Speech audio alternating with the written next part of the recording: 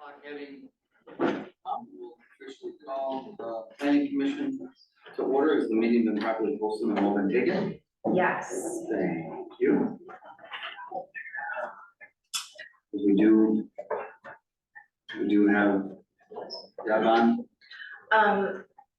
Yes, there she is. Okay. Hello, Deb. All right, item number 2 then is approval of the minutes. 2.1 are minutes of February 6, 2023. I'd like to make a motion to approve the minutes. No. There's a motion and a second. Any further discussion? Seeing and hearing none, all those in favor of the motion signify by stating aye. Aye. Opposed, same sign. Motion passes. Item number 3 is communications. I don't believe we have any communications this evening. Item number 4 is the public hearing to review and possible recommendation as it relates to J. Guadalupe Yarmilio. I hope I pronounced that correctly. Item 4.1 is the public hearing on a request to consider conditional use petitions for the property at 126 through 128 South 7th Street, tax parcel XP 113, to allow for a detached private residential garage, land use and access of 1,000 square feet in size. Again, applicant J. Guadalupe Yarmilio. So with that, I will go ahead and open the public hearing. And this time we'll have city staff start us. Yeah, Mr. Mayor, this is for the detached private residential garage on South 7th Street. I did talk to Guadalupe earlier today, and I don't see him in the audience, but he might show up in the next few minutes here. Basically, there's a vacant lot next door to where his current residence is that he's looking to purchase that lot. And then through a CSM, he would combine that lot, which would be a requirement that city staff would want before we issued any permits, to have to build a detached structure on that property. The reason that we're here today is anything for a residential garage that's over 1,000 square feet, we require conditional use. When it comes to the setbacks and green space and all of our other requirements, what he is proposing to do would fall under those requirements. Okay. So, Any questions for staff? He hasn't purchased it yet, though. I do not believe that he's purchased it yet. He was waiting. I believe this property is owned by the pizza place on the corner. And they have been talking to each other, and he's only interested in buying the property if he's able to put up this detached garage. And it looks like he's walking in the door right now, if you have questions for him specifically. Okay. We're talking about you, you're up. So this is the applicant. If you have any specific questions, or if you have any more questions for me, I can answer those too. Good. Any questions for the commission? You probably mentioned that all the setbacks are in order. Correct, yes, he would meet the setbacks. Once he combines the lot, then he would meet those setbacks, which would be a requirement before I would issue a permit. Thank you. Okay. Anyone else here wish to speak on this issue at this time? Seeing and hearing none, then if there's no other questions from commissioners, I go ahead and close the public hearing and move on to item number 4.2, which is again consider a conditional use petition for the property at 122-126 South 7th Street, tax parcels XP 112 and 113, to allow for a detached private residential garage, land use and access of 1,000 square feet in size. Again, applicant J. Guadalupe Yarmilio. Mr. Mayor, I'd like to make a motion to approve the conditional use findings listed in the report and the conditional use request for the additional 2,500 square foot accessory structure on property located at the Business Local BL zoning district. Applicant J. Guadalupe Yarmilio, subject to the findings and conditions of approval as listed in the report. motion, is there a second? Comment, thought, should the motion also include contingency upon, purchase of the property? Contingent on purchase of the property. Second. With that, you'll second, all right, good. There's a motion and a second, any further discussion? Seeing and hearing none, all those in favor of the motion signify by stating aye. Aye. Aye. Opposed, same sign, motion passes. Item number 5 is a public hearing, review and possible recommendation as it relates to Allison Schwartz. 5.1 is public hearing on a request to consider a conditional use petition for the property at 337 South 8th Street, tax parcel XP 225 to allow for a commercial apartment land use on the second floor, again, applicant Allison Schwartz. Pete? Yeah, Mr. Mayor, so this is at 337 South 8th Street. It's for a commercial apartment on the second floor. This is the property that was owned by the church that Allison has purchased, and they're looking to fix that building up. They currently are not sure what they're gonna put on the first floor, but it will be some type of business. But right now, they're looking to get that approval for the commercial apartment upstairs, which is required through a conditional use in this zoning district. And Allison is in the audience. Do you have questions for her? Any questions for staff or Allison?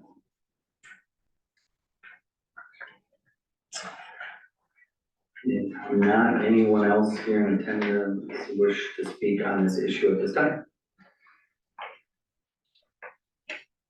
Hearing none, with that I would close the public hearing and go on to item 5.2, which is again to consider a conditional use request for the property at 337 South 8th Street, tax parcel XP 225 to allow for a second floor commercial apartment accessory land use in the business local BL zoning district, again, applicant Allison Schwartz. Mr. Mayor, I'd like to make a motion to approve the findings as listed in the report and recommend common council approval of the conditional use request for the existing building located at 337 South 8th Street to allow for a second floor commercial apartment accessory land use in the business local BL zoning district, including the recommended conditions of approval as listed in the report. There's a motion, is there a second? Second. Motion and a second, any further discussion? Seeing and hearing none, all those in favor of the motion signify by stating aye. Aye. Opposed, same sign, motion passes. Item number 6 is public hearing to review and possible recommendation as it relates to Jesus Leon. 6.1 is a public hearing on a request to consider a conditional use petition for the property at 322 South 7th Street, tax parcel XP 166 to allow for an outdoor patio, minor outdoor commercial entertainment land use, again, applicant Jesus Leon. With that, I would open the public hearing.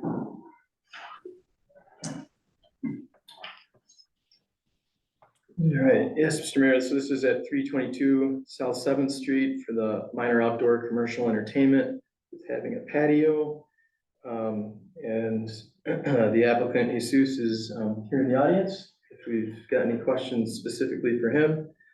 And this is strictly just a patio. There wouldn't be any structure over the top of it because of how close it is to the property lines. Any questions for staff? Or Jesus? Was that okay? Yes, well. Thank you. T, in looking at the overhead visual, it appears that this patio is going to be built over the top of one of the handicap parking, and that it will effectively block the second handicap parking place. Yeah, so That the petitioner, or can he put handicap parking in that?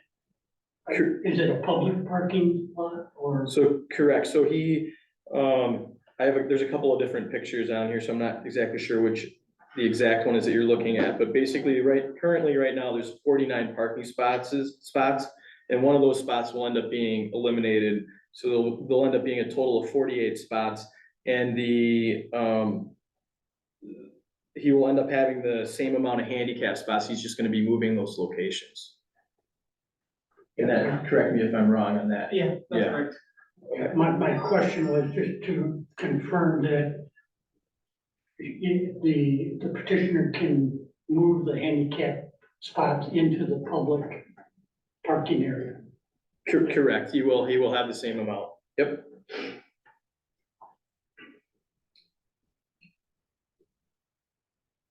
Any other questions? I guess one question I had is, couple of them actually, is just the patio, I assume for additional outdoor seating, or are we looking at like live entertainment I know we've talked about not really structural, but, I just wondered, We're and trying. if you could come up to the podium. We have an imaginary mic. So what we're looking to do is like an outdoor seating, and then if it's possible to do like live entertainment or something like that, like on weekends or during the summer.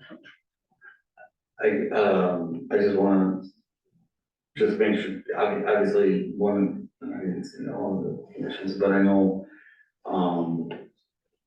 as far as the time, because at times we've had potential like live music outdoors and in residential areas and what time that may or may not shut down, and so I didn't know if there's anything that was related to staff or just so that we're all under the same kind of understanding of what the parameters will be from the beginning.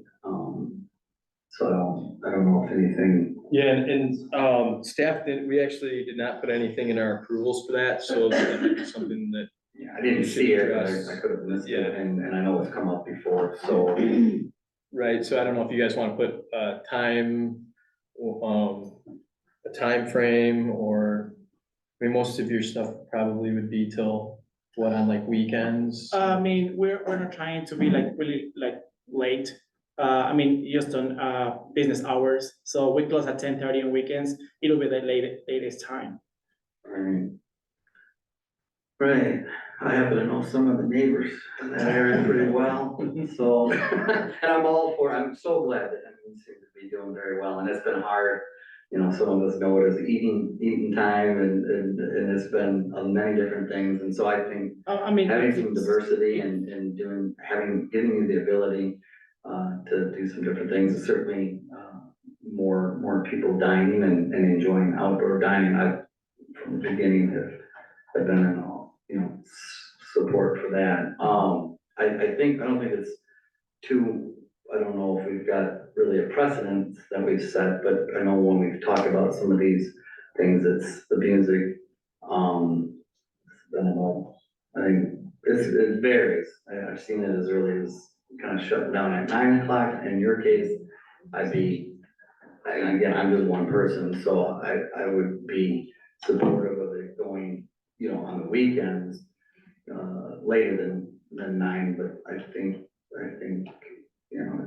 not till 10:30. Okay, so what will be the latest time that we can? And again, I'm just one person, but I don't know if we've got a standard, and again, that may be the issue, that it's been this at the time, it's been that, and so I would say 10 o'clock myself, no later than 10, but. What time does the band shell stop? Well, they end at 9 too, so, sometimes it goes just a little bit over, but, that's a good question. They try to wrap up by 9 o'clock too, for the outdoor stuff, but, I mean, if we said 9:30, I think that generally fits in, because it definitely wouldn't go. I mean, I past 9:30 in the park. can just do at the time you guys tell me to do it, I can work with it. The thing with the live music, we are not sure yet if we want to do it this year or not, but I just wanna see if that's a possibility that we can do it. And again, I'm all for it, I just think we've gotta be consistent, if we're saying, you know, shutting it down in some areas, then we can't have it 10:30 across on Seventh Street and 9:30 here, and so that's why I raised the issue. Jackie and I were just looking in the zoning code and we don't see a specific time in there. And that- But I would say that, I would think that, I don't think we've ever done anything past 10. No, and, So, so, again, I just wanted to make sure it was kind of clear to you at the beginning, so we're not, you know, that's why I raised the issue. The other question I would have is, obviously if this is approved, then, this would be just an extension, just so we're clear of the premise itself, or would the applicant still have to go through our outdoor seating? And, you know, I would say no, because I think it's just an extension of. Yeah, it's on private property, so it's not a sidewalk cafe or anything. And we've already talked about the, council will have to expand the premise description just to also include the patio. Okay. So he already has a liquor license, obviously, so. Yeah, good. I appreciate, well, go ahead. Andy, I think you bring up a point that's not specific to your operation, but to all of the outside restaurants that hold liquor licenses. How does the licensing with regard to open containers work for patios? It's just like it's part of the restaurant. You can't wander away from the patio with the open intoxicant any more than you could wander out of the building with an open intoxicant. So it's just an extension of that premise. And generally, we ask for it to be enclosed in some fashion so that people aren't sort of expanding into the parking lot. and in this case, he'll have a barrier up. He's gonna have to put some type of fencing, around. So people will clearly know, where they're allowed to be and where they're not allowed to be. Thanks, and again, thank you for being willing to work with the council. You know, there's other conditions that staff had put in, but it seems like you're amendable to a potential additional one as it relates to the time. So thank you. No, thank you. Anyone else here in attendance wish to speak at this time on this issue? If not, I will close the public hearing. Move on to item number 6.2, which is consider a conditional use petition for the property at 322 South 7th Street, tax parcel XP 166, to allow for an outdoor patio, minor outdoor commercial entertainment land use, applicant Jesus Leon. Mr. Mayor, I'd like to make a motion to approve the findings as listed in the report and recommend to the Common Council the approval of the limited conditional use request for the existing building located at 322 South 7th Street in the business local BL zoning district for restaurant with a minor outdoor commercial entertainment accessory land use, including the recommended conditions of approval as listed. Also to include the outdoor music to terminate at 9:30. There's a motion, is there a second? Second. There's a motion and a second, any further discussion? Seeing and hearing none, all those in favor of the motion signify by stating aye. Aye. Mr. Mayor, if I may, I think that it's wise for us to review the outdoor music parameters, and maybe this is something that should be referred to GOC for further development and then incorporated across the board. I think that would be a good suggestion. Deb, did you have something?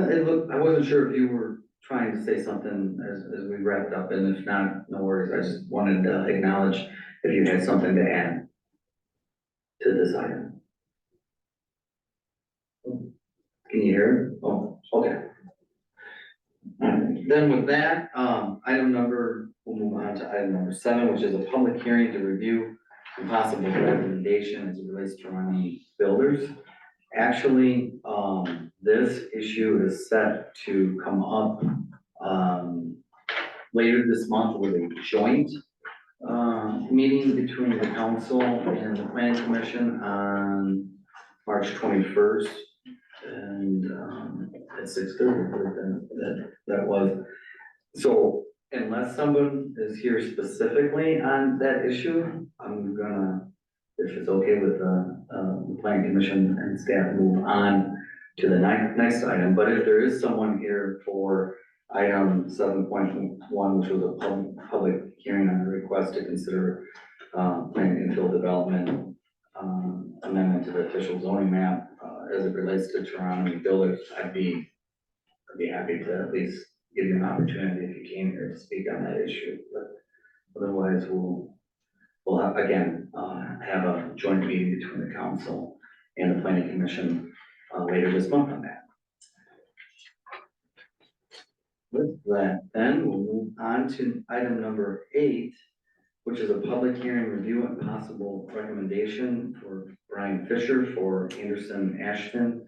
8.1 is a public hearing on a request to consider a planned infill development amendment to the official zoning map for step 3, general development plan GDP for the former Pick and Save building at 207 South Wright Street, tax parcel XA4527-2 to allow for an expansion of indoor storage land use and the development of lots in the business regional BR zoning district with a wellhead protection overlay. Again, applicant Brian Fisher for Anderson Ashton.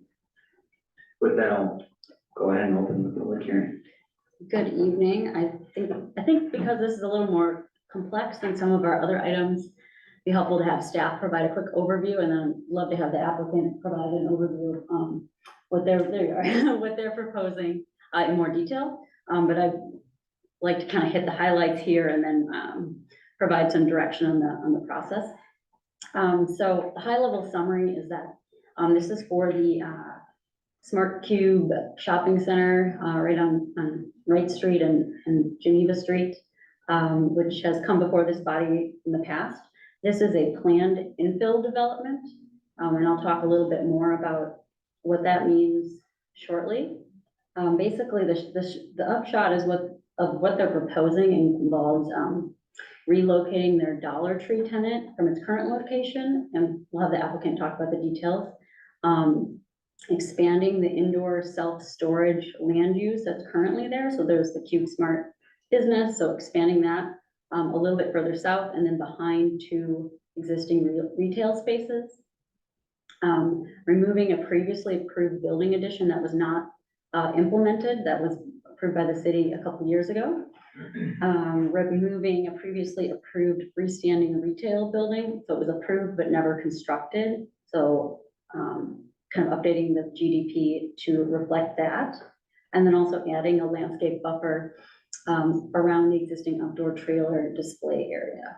So just wanted to provide some more information here. Get this computer to work. There we go. So by way of background, since I know not everyone on the Plan Commission was present for the previous approval, in fact, I was not present for that as well, but we did the deep dive into the archive and worked with the applicant to understand past approvals. But essentially in January of 2020, a general development plan and a precise implementation plan were both approved for this property. And that basically established a custom zoning approval for the property. That included a approval to establish kind of a custom use using the business regional zoning district as the baseline, and then specific flexibilities from the business regional zoning district, which is kind of your main commercial zoning district that you have along Geneva Street. Through those approvals, it granted flexibility to include indoor self-storage as an approved use in specific locations as depicted on their plans. Normally that use is not permitted within the BR zoning district. And so that was an item of flexibility that was requested and granted at that time. There were also a number of other different approvals at the time. I won't go through them all, but kind of related to signage and cleaning up burnt out light bulbs, some access changes and curbing changes as well were approved at that time. Okay. So when the GDP was approved in 2020, it also included multiple different phases that were approved. So the first phase involved converting the former, what was it then, the Pick and Save, into the Cube Smart indoor self-storage, plus some other physical improvements to the exterior of the building and the site to kind of bring it up to zoning code standards and in alignment with other development within the VR zoning district. There are also two other phases that included somewhat expansion of Cube Smart further to the south to develop a new retail building on an outlot for Dollar Tree. And then also expanding the now Cube Smart building with an addition on the rear of the building and other stormwater improvements as well. So those are three phases that were approved, but only the first phase was actually implemented. And so the other two phases were not implemented. And at this time, the applicant wants to make some changes to their plans, which is, perfectly acceptable. But it does require them to come in through this GDP amendment process to change what was previously approved for them. And so some of the changes that I listed at the beginning of this just kind of involve taking away things that were previously approved, such as the building addition, and only approving this new plan that you see in your meeting packet.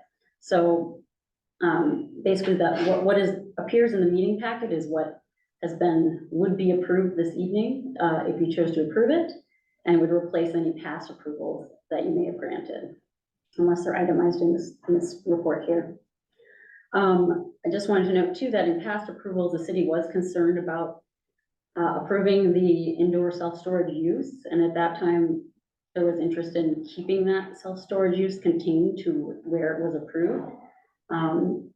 And so what they're proposing now is showing an expansion of that use. So it's kind of a policy decision by this body as to whether you want to approve an expansion of the self-storage that they're proposing, as well as the other elements that they're proposing, such as the kind of future outlots that are in the plan, and the other things that I listed. So before we get into the details of the proposal any further, just wanted to remind you the PID process. So once again, that's a custom zoning district, usually based on an existing zoning district in the city. In this case, it is the VR zoning district. The process is intended to result in higher quality development than you would normally get under a regular zoning district. And in exchange for higher quality that the city is looking for, they can grant certain flexibilities from base zoning to the applicant. So for example, in this case, the city is granted the flexibility of allowing indoor self-storage as a use that normally wouldn't be allowed. But in return, the city can ask for higher degree of site design, building design, landscaping. Kind of becomes a negotiation. And so each one of these elements that they're requesting, the plan commission, you can approve those. You could choose not to approve those, or you could choose to add more conditions to make what they're proposing be more palatable. Just wanted to note too that approval of the GDP as proposed wouldn't create the new outlots that they are proposing this evening. They'd actually have to go through a separate CSM process to have those outlots be created. So that's another step that we have to go through. Going through my notes here. So in the previous approval, as I mentioned, we approved the self-storage as a flexibility. City also approved a number of flexibilities for signage at that time, and staff is recommending that those flexibilities be carried forward since they still apply to the proposal that we have tonight. Otherwise, all other requirements of the VR zoning district would apply to this site. Generally speaking, when we review a PID, we do want to acknowledge or comment on the degree of public benefits provided by it. The idea is that if we're going to provide flexibility, what is the city getting in return? Staff's opinion is that certainly occupying and revitalizing a vacant commercial space is definitely a public benefit, especially in a high visibility location such as this one. And then also identifying the outlot development for future development, new business brings economic value to the city as well. So in sum, staff does recommend approval of the proposed GDP amendment. That is subject to a fairly long list of conditions that are provided in the last few pages of the staff report. I won't go through each one of those, but a few that I wanted to highlight was that we're not, and through this process, we're not actually approving any development for the 2 outlots that are being proposed. Primarily, the applicant wishes to have these outlots created so they can market the parcels to new users, which I think we all agree is a good thing. And so until they have detail about what use and how the layout of that might be, we're just approving the lots at this time, and they'll need to come back for another GDP amendment and PIP once they've got those details squared away. Let's see what else. We've also have in a number of different conditions related to items that were not completed from the last approval that the city needs to see completed before any additional development can occur on the site. Namely, public sidewalk along Wright Street that needs to be completed, adding a loading dock for the new Dollar Tree location to be approved by the fire department, fixing the parking lot striping to align with what was previously approved, adding a dumpster enclosure, so putting, a nice fence around the dumpster to be approved by city staff. And then just confirming once again that the GDP does not create the lots. You actually have to go through a separate process, CSM process, to create the new lots. And at that time, the applicant will need to prepare cross-access easements so that those parcels that are created have, since they don't have their own access to the street, they have rights so that those can be accessed across the other properties. And then also shared maintenance agreement, since those outlots will be part of the greater project, ensuring that there are provisions for snow plowing and pavement maintenance and lighting and all of that, in case those parcels are sold off to separate entities. We want to make sure those things are still taken care of.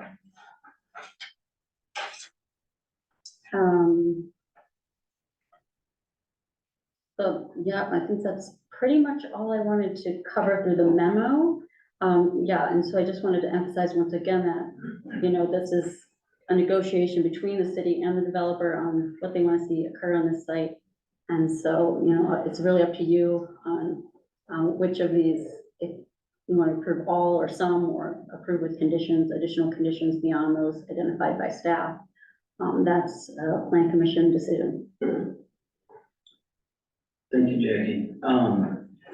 I appreciate the overview. I mean, for some of us, it's still a good refresher when you say that not many were around here in 2020. I know I was, but it's still 3 years ago, so it's a good review. Is there any questions for Jackie at this time? I'm not sure if you can answer this or if this is a question for T, but once this was previously approved, how long did it take for the cubes to actually be put in place? It's a good question. Do you probably know? Like after it was approved in January 2020, how long before the tenant was occupying the space? Correct. I don't know. I believe that it was pretty, they had to do a build out and get state approved plans, but it was relatively quick from when they did that. So I can answer that question. okay.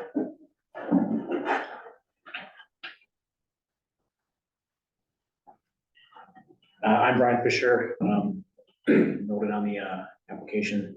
Scott Cresswell's here as well, remotely from wherever destination he is at this moment. I'll start out by saying that as soon as we had approvals, we got state approval to build out the cubes, the storage units. They were built out and they're almost to capacity already.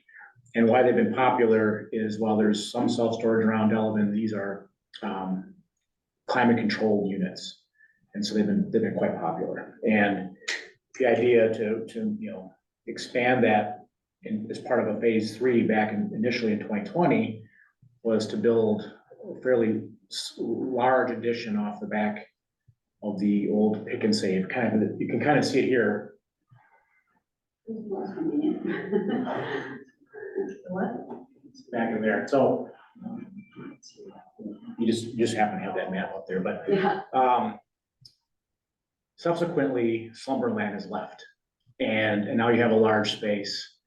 And so instead of building that addition and doing a lot of infrastructure work and disrupting of the existing facility, we want to take that space and put it in the back half of the Slumberland space. So we continue to keep the front half open to moving the Dollar Tree, which was going to be an outlot, and moving that into the front third, let's call it 2/3 of the Slumberland space, and have a small tenant space next to it. So you'd have retail facing Wright Street. Backfill, and there's not a lot, but backfill it with some storage. And then in that small little space, you see kind of connecting those two larger buildings. It's kind of a tough spot, you know, to rent out. And there wasn't an individual that wanted to be in that space, and he's now in negotiations to be part of the outlot that we're discussing in front of the building. So the two outlots that we want to do would essentially shelter or hide. And I can, if you want me, I can point it out quick.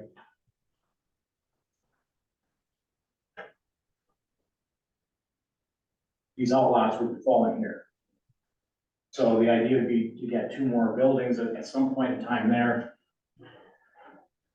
The storage use is a destination use. It doesn't need a tremendous amount of visibility, so it would be tucked behind retail, which is why it's important for us to get those outlots going now so we can continue the process of bringing in tenants.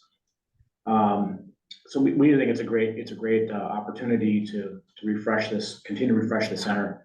There are a few items as were pointed out that we still have to wrap up, and we're completely, speaking on behalf of my client, completely prepared to do all that work, the completing the sidewalk work along Wright Street, doing the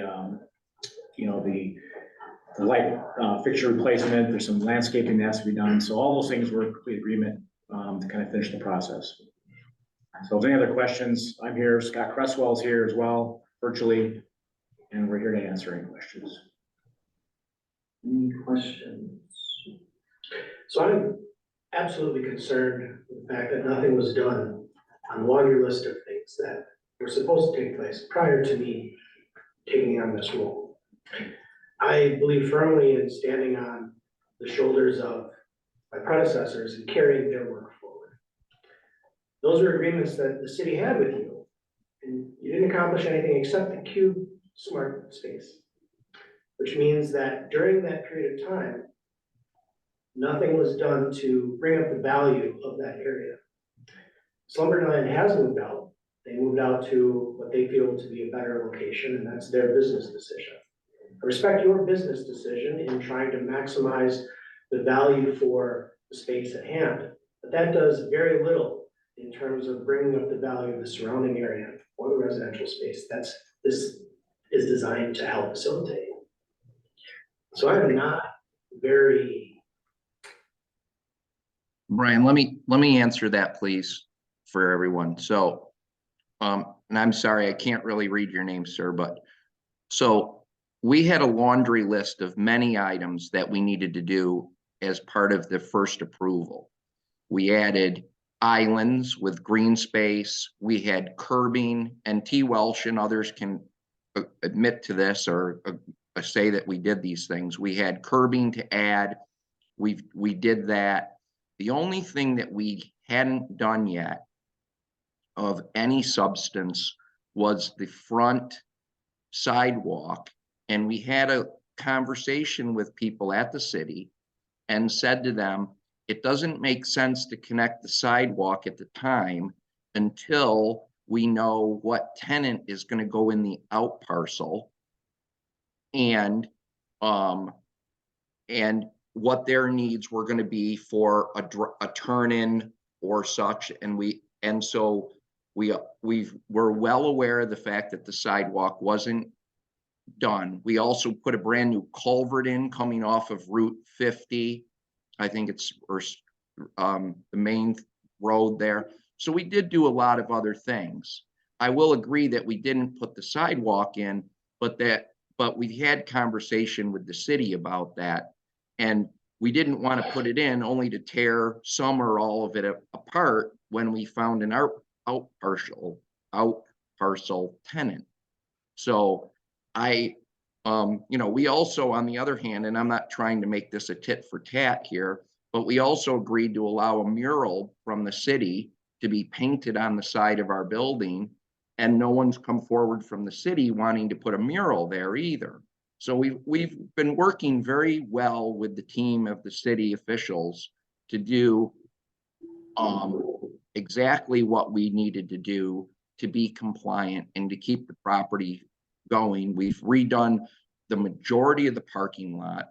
We've spent, besides just on the CubeSmart facility, probably over $500,000 of money improving the site with other islands and curbing and pavement and blocking off a part of the back of the building that used to be a raceway. So we for cars behind the building. So we have done a lot of things. So I don't dismiss the fact that you said, like you said, we haven't finished an item or maybe two, but the lion's share of the items were done. And the ones that weren't were discussed with the people at the city. One of the big ones was providing the outlot for the Dollar Tree, which didn't take place. Yep, and it didn't take place because of a lot of reasons, including what everybody knows is COVID. And now their interest is not to move to the outlot, but right now I've been in detailed conversations with their broker, and they'd like their real estate broker, and they'd like to be closer to the Tractor Supply and the Dunhams so that they're all kind of tied together in a neat little bow. And we're working very hard to get that lease done, but it's kind of also a chicken and an egg thing in that I can't sign that lease if I don't have the ability to put them there. And so we're working very diligently to do that. And if they don't decide to move for some reason, then they're allowed to be left where they are, and we would still have a piece in the front for retail that would be for some other person under this program. We have no way to force them to move, but they've told us of their desire to move to be closer to the other retail because they feel that that's more synergistic to their business. And by the way, I'm paying for their, as part of my new lease, I'm paying for their entire move and the build out of their brand new space. So there's no cost out of pocket to them. I'm not trying to do anything other than make this totally seamless to them.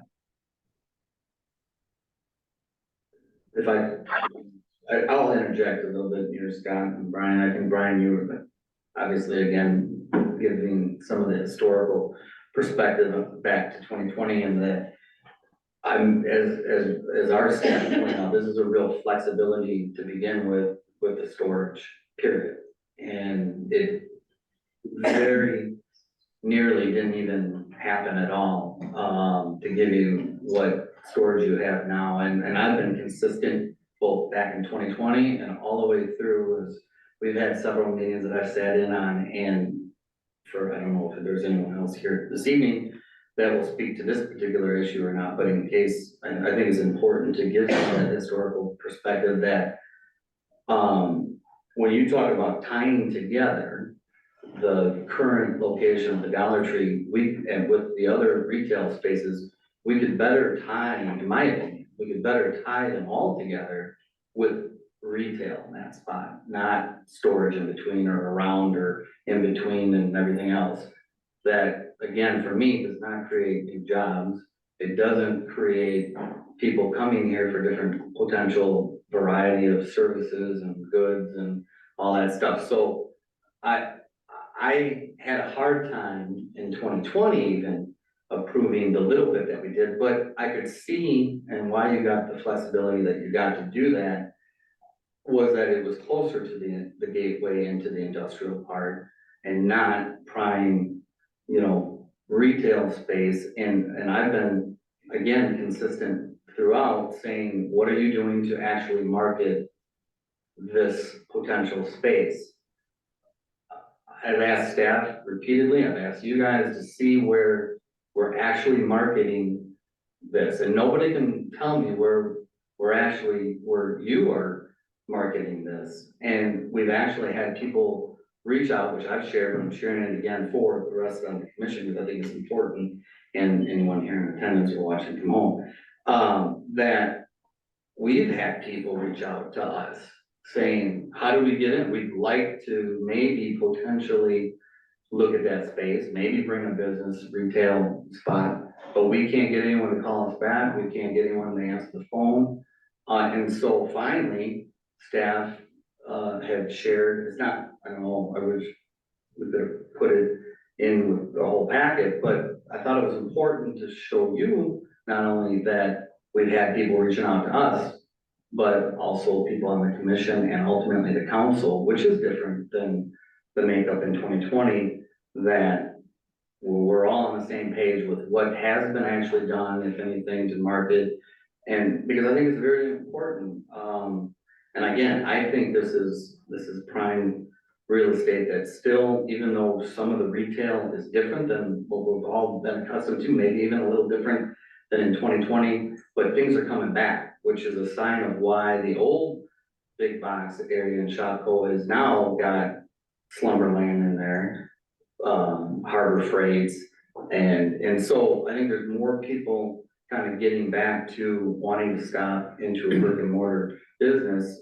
People still shop online and all that good stuff, and I'm not that person. I like to go in and physically try something on or what have you. And again, for me, it's important that we're, whatever that retail or business might look like, that we're creating jobs, or at least the potential. For me, a storage unit and maybe one, two, I don't know how many. I think I asked that at the last development meeting, and there's not a whole heck of a lot. In fact, we've had sometimes where we couldn't get somebody on site to respond. So I don't even know, I don't know what's going on, but for me, it's. So let me answer your question, okay? So with a couple of things. So, and I apologize if you and I don't see eye to eye on this, but prior to us buying that facility, my understanding was the old store that was there was vacant for 13 years. So we took a vacant store and we turned it into something and revitalized that end of the plaza. Every time we've had a call, we've chased down the person for a potential lease. Number two, which is partly is the Freedom Fireworks / gift shop that there's now. We've done that. We also have been working, and the city again knows this, the people at the city office, we're working with somebody right now about putting an ice cream store in the front of the building in the 5,000 square feet that will be next to the Dollar Tree. We've left the whole front of the building for retail. We're also adding 2 out parcels, which could add another 20,000 square feet of retail space as soon as somebody wants to buy it and make a deal. We don't not chase deals here. We have not turned anybody down that's come to us that's wanted a rent, that's called me for a lease. We've done that. We have our own marketing up on the building. We also had for a while a broker that had listed it, and we work right now with Founders 3 on several issues of the property. So to say that we have not tried to put people in there, that's just not accurate. And the city, people at the city like T. Welsh and others know that when people have called us, we've referred them to the city to start to get their approvals in line so that they could come move into the space. And I appreciate that. Is it fair to say, because I recall you saying that you have stopped marketing it now. At the last developers meeting that we had, that's what I had heard you say that you, but I just want to be clear, if I misunderstood. No, you're 100% correct, because as we sit here today, I have a plan in front of you to redevelop the property. So for the last 30 to 45 days, the answer to your question is absolutely yes. But we're still working with the ice cream person because we're trying to redevelop this piece. We're still working with the Dollar Tree people, and the Freedom Fireworks people are looking to move to one of the out parcels. And we also had a call from a gentleman that got our information about putting a laundromat in, because there's a laundromat, I guess the closest laundromat is way over on the other side of the city. And they want to probably piggy up with the Freedom Fireworks building, and we'll make that 2 tenants, and they want to do a laundromat. So all these items are, none of these irons in the fire are going cold, sir. We're actively keeping people up to date on where we are with the city. And once we have this plan approved, we'll be moving full speed ahead to get the first out parcel leases signed and get tenants moving in. Thanks, Scott. Thank you, Scott. My next question, I guess, also, because I look at it almost two different things. We're talking about whether there should be expansion of storage beyond what was approved to begin with, which, again, that council made it clear that the flexibility was up to that point and made at most into Dollar Tree if Dollar Tree moved out into the one outlot. That said, we do have a difference, as was outlined by our staff, that instead of the one outlet, now there's 2. What wasn't clear to me is, and what concerns me at the same time is approving this, is we don't know for sure, not that it matters exactly, because that would come back to us, but what, if it could even fit in those two areas, or what's going on with the utilities underneath it, and I don't know if we've had any more clarity as opposed to what that looks like, and so Well, it's like, I even can if we address go, that. I can even if we address it. approve this, it's like, okay, we're gonna approve it, we're gonna put 2 lots in there, and then we're. Well, I'll address that. You know, right now, we want to get we want to get a good feeling from the committee, from the plan commission, that they accept the idea of having 2 outlots, and so that we can start to market those outlots. We then are going to be doing a CSM, and we're going to be providing easements to allow utilities to those 2 sites. We have to, otherwise we can't develop them. And we've had that conversation with staff. We understand that we're starting with a concept, so it's a chicken and an egg. We can go round and round, but we have to at least show something. But now we have to prove it can work, and we understand and we recognize that that's our next step, which is why we're agreeing that we're going to have to do a CSM, and we're going to provide the easements necessary to bring utilities in. And we're fully prepared to do that. Also, in the original approval, the Dollar Tree, if it moved, and that was going to be an outlot, but in this case is going to move to another inline space, which I think is good for the center, that former Dollar Tree would become storage. That hasn't changed. We do have the Cube Smart office is in that small little connector piece there. And it's not very big. So we're just suggesting, can we just fill the rest of it with storage? That would be the one change. And then I guess change 1A would be the Dollar Tree only needs so many square feet, and that Slumberland's pretty large. So we do have the ice cream shop that will nest right next to the Dollar Tree facing out to the parking lot. So it's got the retail face, and there's just this goofy space behind it. We're just gonna infill it with storage. In the very back of that center is a 30-foot wide access aisle, so that Tractor Supply and all the other tenants could get to a loading dock. So that whole back is gonna stay the same. It's not gonna move. So it's a very small sliver. It's just an odd space. And then we're asking to infill that with storage. And I think we can make that work for storage use, because again, it's destination. It's not, it needs high volume. It's gonna be completely hidden from view. It's gonna be one of those situations where somebody wants to rent, and that's where an available spot is, and the manager will direct them back to that space. So I think ideally, we're trying to put a good foot forward with presenting retail. I think, after COVID, the big box is dead. I think you look at Shopko, that's gotten chopped up between Summerlin and somebody else. we have to get used to the idea that these shopping centers that have large boxes and, you know, that Pick and Save sat there for a long time. The desire to take a big spot isn't there, so we have to be creative. And I think we're trying to be creative here. The city's been working great with Scott and Mustard Tree Management. And I think that we've got a pretty good plan to move forward. And we're putting less impact onto the site because we're not actually gonna go physically build 19,000 square feet behind the center. So, but again, what we're putting in is, I call it behind the retail, essentially. So I think we're trying to be within the spirit of the original approval. I think the only thing I would say would be different is that the little connector piece, we're gonna infill that with storage. And the plan for the outlots is to be in front of that. That's where the outlots are being shown. So if and when an outlot goes, that gets completely buried behind everything else.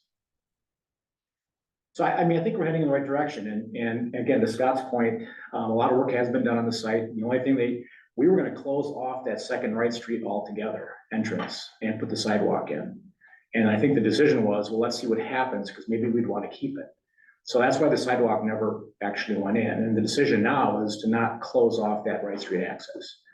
So it makes sense that that sidewalk will get done, and we're agreeing to do that.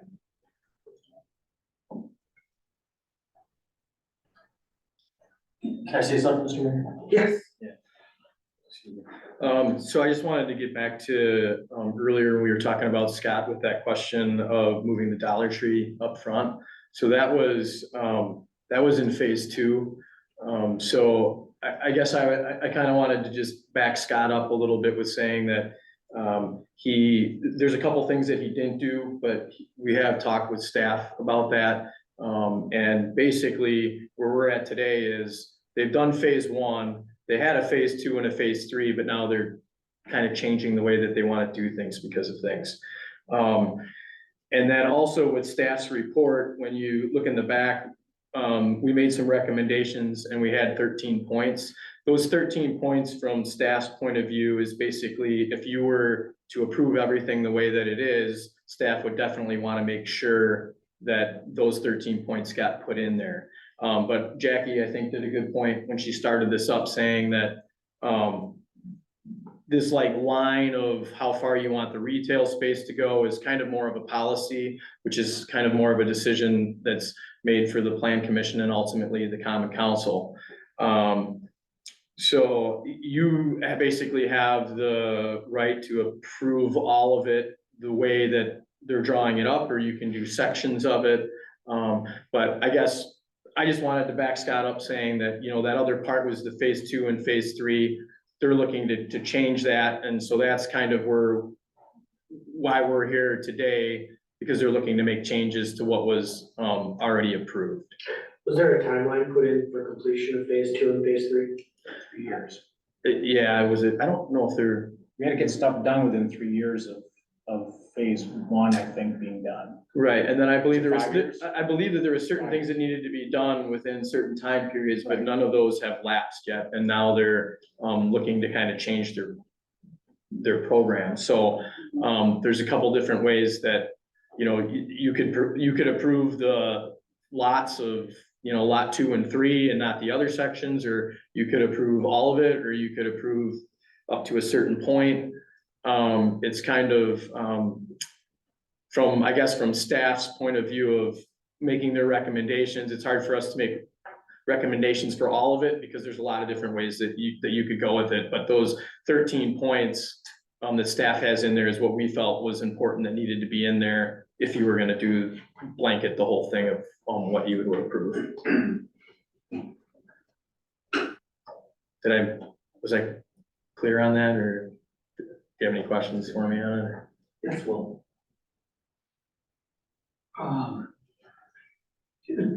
I'd like to go back to January 2020. It seems to me that the original GDP, which allowed for the original storage facility to be installed, was contingent upon a lot of things, including a PDP, which, as we see here, has 3 phases. none of which have been completed.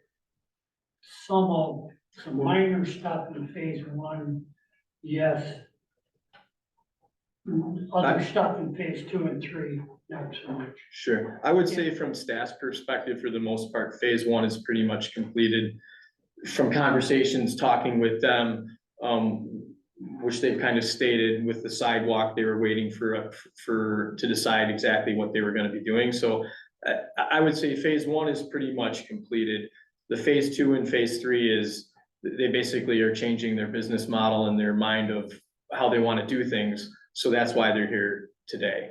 And that's also why because it's a GDP, they're allowed to make, you guys are allowed to make those changes if you approve them. So when we approve things tonight, we're approving the whole thing over as a whole. Because there were certain things from phase one that after phase one would be phase two and phase three, but if we're gonna be eliminating those phase two and three and basically coming up with a whole new concept.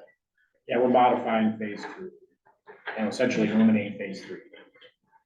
Thank you for your input. My point was that there were conditions placed upon the original DP that never got fulfilled.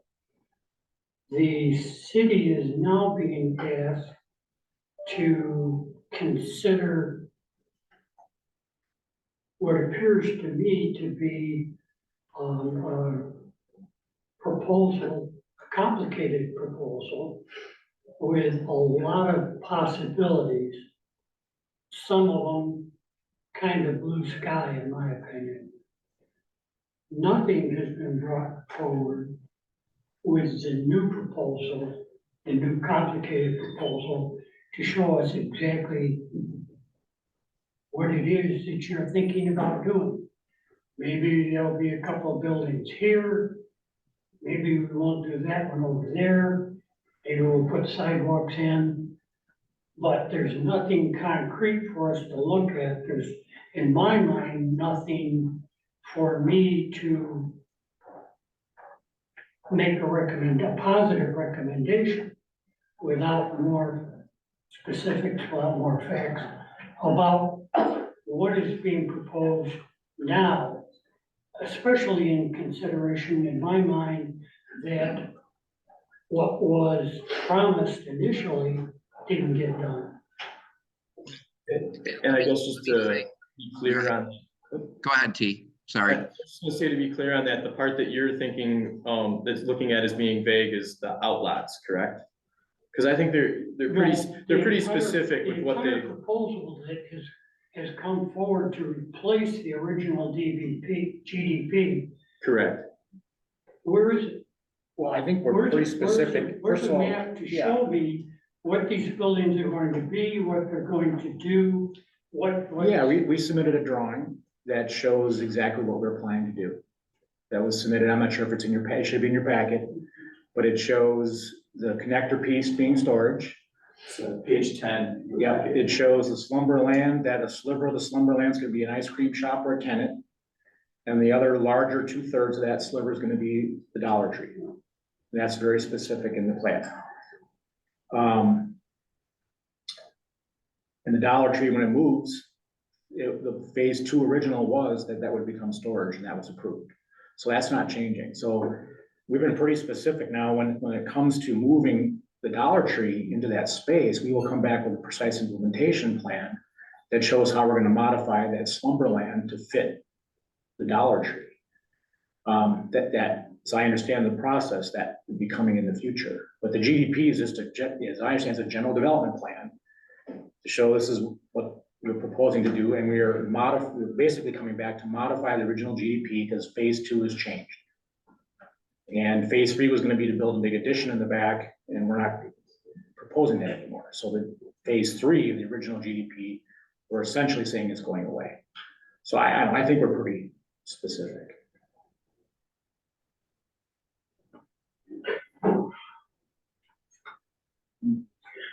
Any other questions, comments? Can I make a, Mayor, could I jump? Yeah, I wasn't sure. Deb, did you wanna say Well, it? I guess the only thing that's striking me here, and I understand the concerns and I understand the issues. And I wasn't part of the commission previously, but I think we need to remember that that was a very empty, very ugly building for a long time. And while I love the idea of work and ice cream and everything else, I think the 13 years of an empty pick and save is something that we shouldn't lose track of. I think there's nothing that makes a city look worse than empty old buildings. So part of me is saying maybe it's time to, yes, keep feet to the fire and hope that this works, but I'm sort of in favor of saying yes to this. I guess it strikes me that it's better than what could be there. Let's just leave it at that. Thank you, Deb. Jay, were you gonna add something? Yeah. I just wanted to make a little point of clarification about the outlot development, and Mayor, I think you did allude to this previously. But yes, there is not a lot of detail provided for those outlots. And so this approval, as the applicant stated, is just to allow them to create the outlots, to market those parcels for future use, consistent with the recommendation or with what's allowed in the VR zoning district. But we have arranged this so that they do need to come back with a GDP amendment once they are set on what users they intend to have there, in part because they're likely to need other plan development flexibilities, and with that information of what the users are, the city may have other conditions they want to place on that. And so at this moment, with regards to those outlots, the city really does still hold all the cards, as the applicant will need to come back for another round of approvals once they've got that user in mind. And then, I know this is clear for me, I don't want to speak for anyone else, but I would have a question, like, either in our history of doing these reviews, but also taking into consideration that you do planning for other communities, is this the way that people normally would roll this out, where you're approving something like this, 2 lots, we don't know exactly where it is, even though we have the authority to review it another step? But I mean, this seems, it seems, I've been doing this for 25 years myself, I don't remember another developer asking us to approve 2 lots that we don't know what's going on with the utilities exactly, we don't know if maybe something's gonna change, and that's where for me, it's storage is one issue, then it's what we're gonna do with this area there. I know it's all combined into one here, but I have reservations about both. Yes, I would say it's done a little bit differently everywhere. I think the best and preferred way would be to have kind of a GDP master plan that really shows exactly what they're proposing, with the understanding that things do get tweaked along the way. I do think it puts staff in the city in kind of a difficult position to approve piecemeal amendments like this, because we don't have the full picture. We're kind of I feel like we're feeling around in the dark about what we're agreeing to. And so that's why I think this approach to require a GDP amendment for the next step kind of keeps the cards in our hands, like I said before, since we don't have the full details. I think applicant probably is becoming more clear about what they want to do here. And so my recommendation is, regardless of how this approval goes this evening, is that before any other future development is proposed, we'd like to see kind of a complete plan so we can deal with all those different things like utilities and access, and just making sure we're not just looking at a part of the plan, but looking at the whole picture.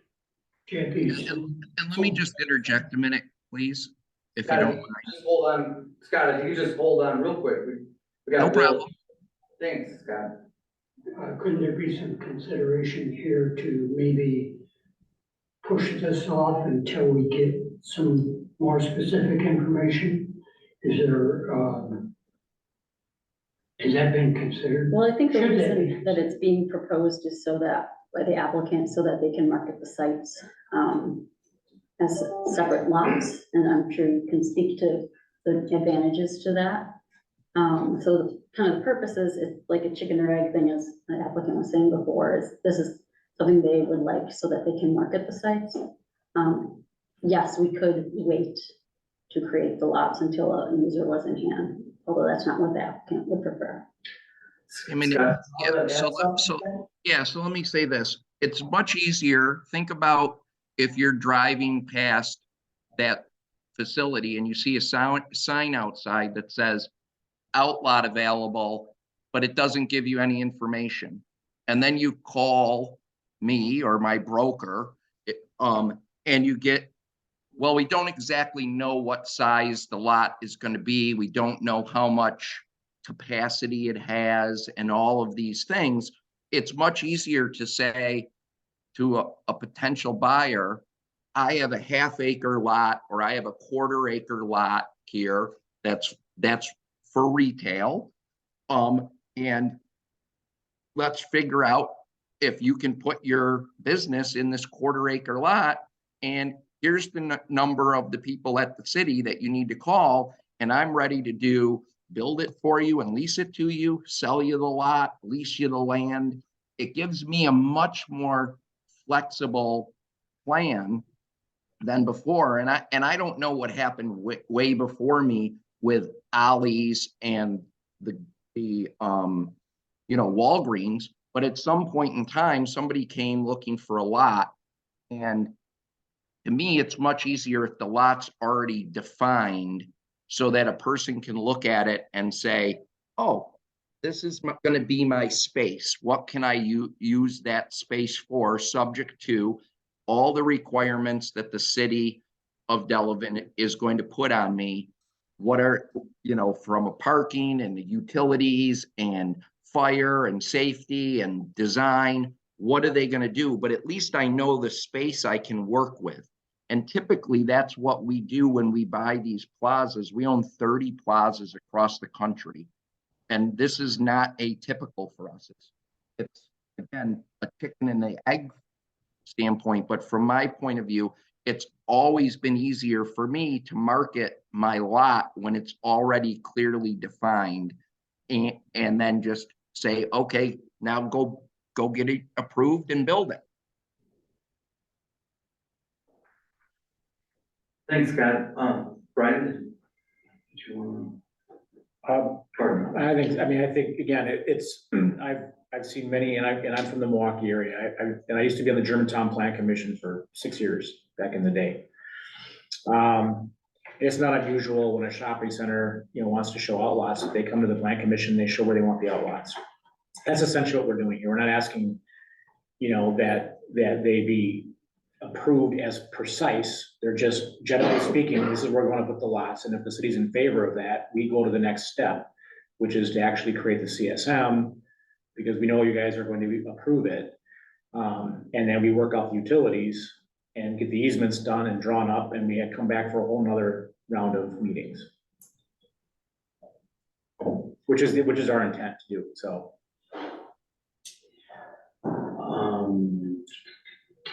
So I'm more inclined to separate the outlots completely from this proposal and then just look at them as an independent. That I could get behind, because I understand the flexibility that you want in terms of marketing this and in terms of the business aspect. But I can't lump this together. Absolutely not. This is something that we've already given good faith. And that has been met with, well, we didn't do that. Well, some opportunities changed. And to me, I understand that opportunities change. I also understand that everybody in Delavan went through the same COVID crisis that you did. So I've seen businesses build themselves. We had somebody today, they came in and they asked for an expansion on a building. They opened during COVID. They're still here. So your job is to do business. I understand that.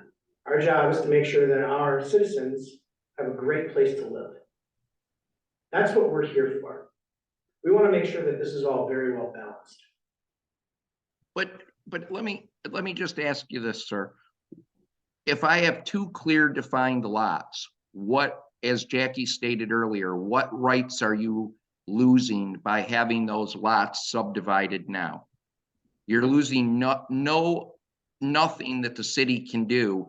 I can't park a car, little humor here, but I can't park a car on it without the city saying it's okay. I'm not looking for you to tell me I have carte blanche to build any kind of building I want. All I'm asking for is that you take my big piece of land and you let me break it up into a few pieces, and then you let me go market that piece to somebody. I can't do anything other than market that clearly defined piece when I go to in front of a customer. I'm going out to the biggest shopping mall trade show here is in May in Las Vegas. You go in front of people, you get 5 minutes with all sorts of anybody from a Texas Roadhouse to a Well Now to a Chick-fil-A to whatever. And the first thing they're going to ask me for is my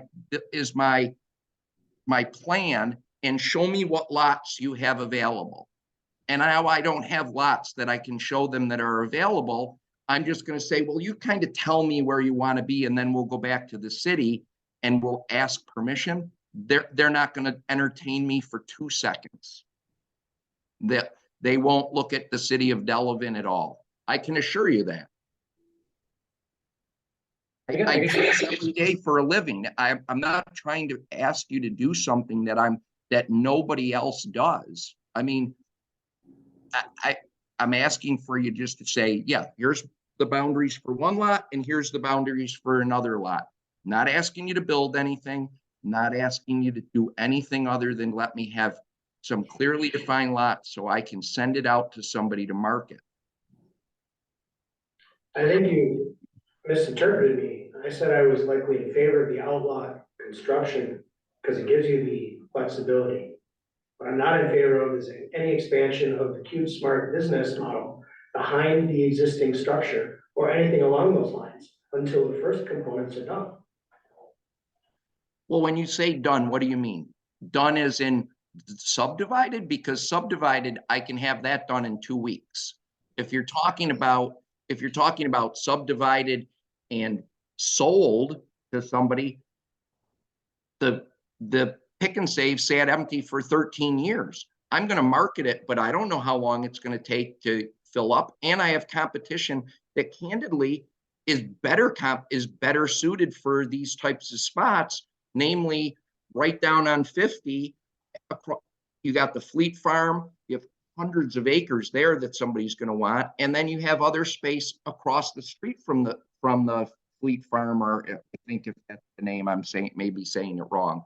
But you have a pile of, I would tell you, unfortunately, my space right now is not people are going to choose those parcels over mine. But I'm trying to do everything I can to position myself better to be able to sell those outlots or lease them or build a building for somebody. But I can't do that, and I can't keep my journey moving here and move. What am I going to do with Dollar General, for example, then in a couple of years when their lease expires, if I haven't sold an outlot and they don't want to move?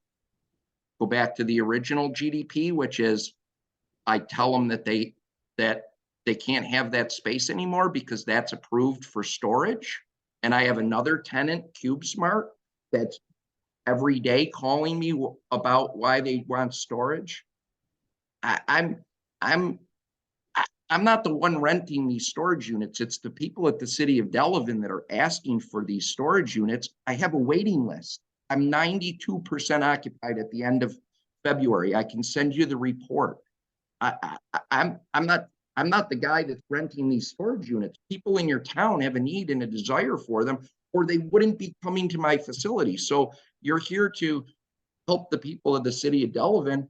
They want the units. They didn't want the units, I wouldn't be in front of you. I'm not building units. It costs me probably $40 a foot to build these storage units. Why would I build storage units just to leave them empty? I'm building them because people want them. Can I make an attempt to land the plane? Yeah, I think before we do that, we got, I think Will, you had a question maybe for Scott? Yeah, sure. Scott, a question for you. With the 2 existing tenants on the south end of the property, Yep. could you disclose the length of the current lease that you have with them? I can't off the top of my head, sir, but I could tell you this, that last year we renewed, so yeah, I guess I can for one of them. Last year, we renewed Tractor Supply's lease for another 5 years. And Dunham's has a couple years left, I believe, on their lease with another 5-year option. And the first thing, by the way, I did when Slumberland left is I went to both those tenants and asked them if they wanted any more space. And they both said, no, their space needs were fine the way they were. So, yeah, you're welcome. Thank you, sir. So, Brian? Go ahead. I think the key here tonight is that we want, if there's a way in the recommending of approval or moving on to the council, the positive recommendation that acknowledges the fact that the city plan commission is okay with the fact that we want to put two, if all we're looking for is acknowledgement within this application that you are agreeable to 2 outlots, with the understanding we have to come back and do the work. I think that's how it's been worded. So I don't know that the city is actually getting themselves into a pickle here by agreeing to that. I think that's what Scott's trying to say. We just want the city to say, we're not going to stand in your way of developing 2 outlots on this property. Because I think it would be great for the city of Delafield, or Delavan, if that was the case.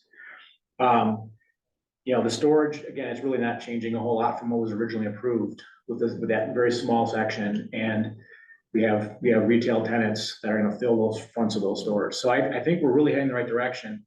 All the other items that haven't been done, that was what you're describing, that these are all part of the approval, and we're happy to put a timeline on it. There was a timeline, and we've adhered to it.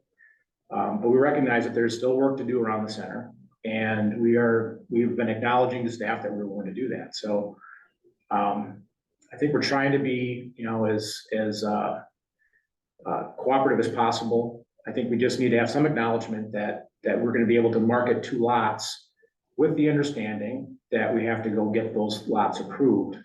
And that is our next step. I mean, it's going to be going and starting the CSM process and getting the utility easements and access easements and shared parking agreements and all that stuff put into place and get it in front of staff. Thank you, Brian. Based on your comments, I just would have another question for our staff. Jackie, would that be your interpretation that we just give the okay, if hypothetically, if that's the outcome here, and I don't know how it's gonna go, but that we're not giving up our flexibility to continue to look at the existing building and what the storage stuff looks like? Is that accurate? I think what I would say is, you know, each one of the things that they're proposing this evening, I think there are about 5 changes to the GDP. You can approve, deny, or approve with conditions. So if you do want to separate out one thing and add conditions to it, approve or deny it, you could do that. I would agree that your options are still fairly open by approving a lot in concept here tonight. As I mentioned before, they're still gonna need to come through for approval, GDP and PIP for that development. And unless we grant them flexibility, they are limited only to the uses that are in the VR zoning district. So we have a reasonable expectation for the types of uses that would be there unless they request something that's not in the district already, and then it would be up to the city to approve that. Thank you, Jackie. Any other questions for our staff or petitioners? If not, I would ask if there's anyone who's patiently been sitting out there, has any comments as it relates to this issue. Hearing none, with that, I would close the public hearing and move on to item 8.2, which is consider a planned infill development amendment to the official zoning map for a step 3 general development plan, GDP, for the former Pick and Save building at 207 South Wright Street, tax parcel XA 4527-2 to allow for an expansion of indoor storage, land use, and the development of out parcels in the business regional BR zoning district with a wellhead protection overlay. Applicant Brian Fisher for Everson Ashton. Is there a recommendation? Mr. Chairman, if Jackie would be so inclined, could you briefly go over the staff 13 points? Yes, we have. So the staff has included 13 conditions of approval. Plan Commission could add or amend any of these conditions of approval. But we certainly recommend that they be included in whatever, some version of these be included in whatever approval you do bring forward. Additionally, the council could also add their own conditions at that time as well. So the first one is that the GDP for the proposed project shall be granted solely as approved by the Common Council. So whatever the council finally approves at the end of the process is what the approval is. The approved GDP shall grant the requested flexibilities described previously in the memo. So that essentially is some flexibilities for signage and then the inclusion of the indoor storage use. Number 3, no development is approved for lots 2 or 3 through this GDP process.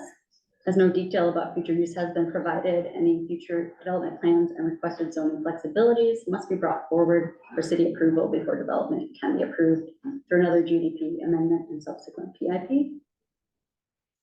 Number 4, prior to any site disturbance, a PIP consistent with the approved GDP must be secured for any development. Basically saying no development can occur until an approved PIP is in place. Number 5 is basically addressing future changes. So modifications to the site or operations that are not specifically enabled by the approved GDP or a PIP will require an amended PIP or potentially an amended GDP per the city's determination. So that basically states that, you know, we do have a list of uses in the BR zoning district that are allowed, but even if they make changes to the site or their operations that aren't in the application as submitted, they have to come through the process again. So that it gives the city a lot of power in that regard.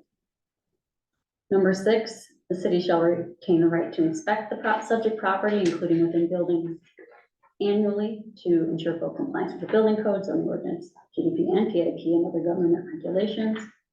Inspections for compliance with fire code will occur twice per year. Number 7, applicant shall construct the public sidewalk along Wright Street that was required in the 2020 GDP prior to commencing any building remodeling work related to this approved GDP amendment. Number 8, add a loading dock for the new Dollar Tree location to be approved by the fire department. Number 9, fix parking lot striping near tractor supply to align with the originally approved plans. Number 10, add the dumpster enclosure to be approved by city staff. Number 11, again, a clarification that the approved GDP would not create lots 1 through 4. Rather, those parcels would be created through a subsequent CSM. With that should come cross-access easements, shared maintenance agreement, in case those lots are sold off to separate entities. Number 12 is stating kind of what the final approval looks like. So in order to have a vested and approved GDP, the applicant will need to revise their submittal to be consistent with all of the conditions I just described, plus any others that may be added or changed. And that revised submittal will constitute what the city has approved and what rights they have vested for development. And then number 13, any other conditions identified by the Plan Commission or Council. Thank you.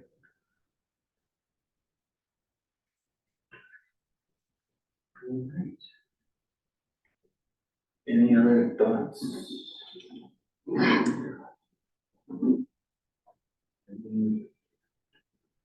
Here, one thought could be to break down each one of the proposed items that are being requested from the applicant. So an executive summary, the staff memo, as a short summary of those. That would be one way to kind of work through the different items. That might be helpful.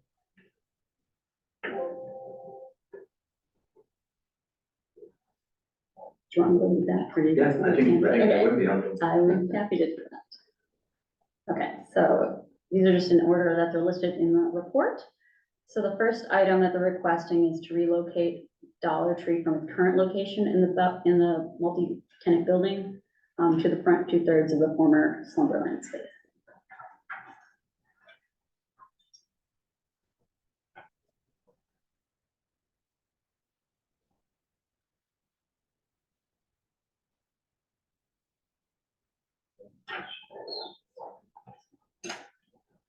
Questions on that?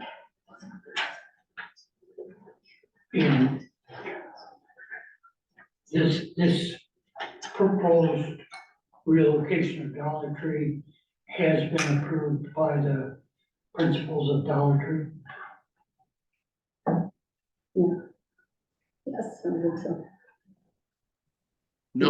No, we do not have a signed lease with them yet. We've been in negotiations with their broker, and as I stated earlier, I think if they decide that they don't move, then I can't put storage in that space, and I would just be limited to the back of the Slumberland space, which is all I'd be entitled to under this tonight, and I totally understand that that's what I'm signing up for. So I would still retain the whole front of the building for 2 other potential retail tenants.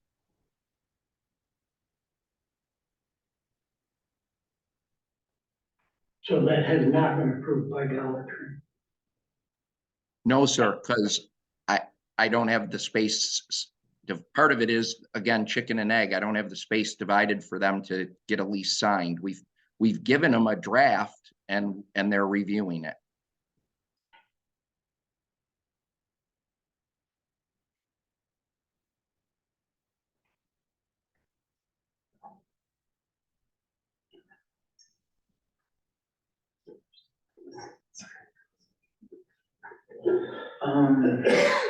I've got a question, I guess, for the petitioners. You had mentioned the show, Scott, in Vegas. I can't remember the date, where it's one of the biggest ones that you market potentially. What, if anything, you may or may not have to market? Yep. What was- ICSC. What was the date on that? If you give me a second, I can tell you. I'm looking it up right now. It is May. What the heck? I want to give me the date.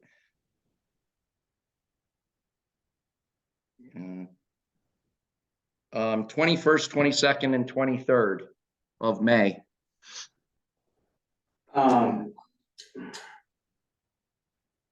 And the reason why I asked that is, as you can see, we don't have all of our commission members here this evening.